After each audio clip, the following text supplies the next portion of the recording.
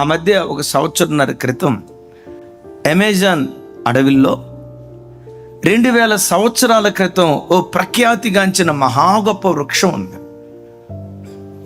ఆ చెట్టు యొక్క వైశాల్యం అంటారు మన సూరారంలో సగం ఉంటుందంట. ఎంతండి? మన సూరారంలో సగం ఉంటుందట. దరిదాపుగా ఆ చెట్టు వయసు 2000 సంవత్సరాలు అని చెప్తారు.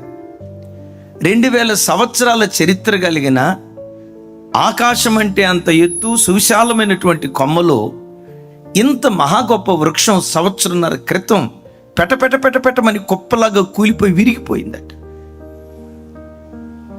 అరే, ఈ 2000 సంవత్సరాల క్రితం సుచరిత్ర కలిగిన ఈ మహా గొప్ప వృక్షాన్ని పడగొట్టిందేది?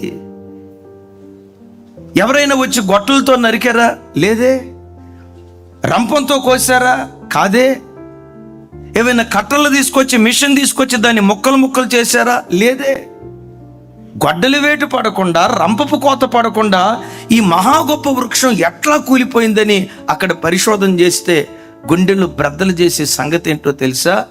ఆ చెట్టు లోపట పుట్టిన చిన్న చిన్న చెదలు. ఏవి?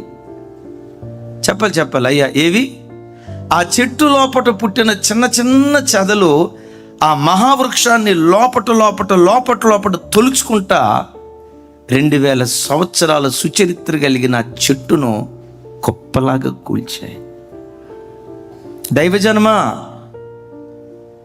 నా వ్యక్తిగత భక్తి జీవితంలో కూడా నువ్వు 20 సంవత్సరాల దృఢమైన విశ్వాసి అయినా, 30 సంవత్సరాల బలమైన ఆత్మీయ అనుభవాలు కలిగిన వ్యక్తి అయినా, చిన్న చిన్న బలహీనతలు నీ భక్తి జీవితంలో చోటిస్తే, అయ్యా అమ్మా నా వైపు చూడు.